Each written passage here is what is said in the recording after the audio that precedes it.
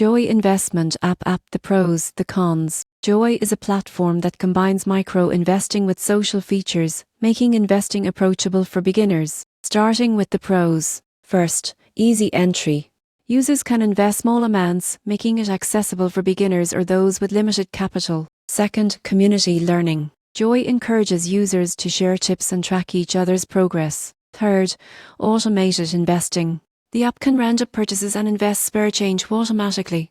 Now, the cons. One limitation is limited investment products. Joy mainly focuses on ETFs and large cap stocks, lacking options for more advanced investors. Another drawback is potential over-reliance on social trends, which may lead to impulsive decisions. The surprising truth? Many new investors fail to start due to intimidation. Joy lowers that barrier and encourages consistent investing habits. In conclusion, the pros: low entry point, social learning, and automation make Joy ideal for beginners. The cons: limited options and social influence risk mean it's better for learning and habit building than for sophisticated investing.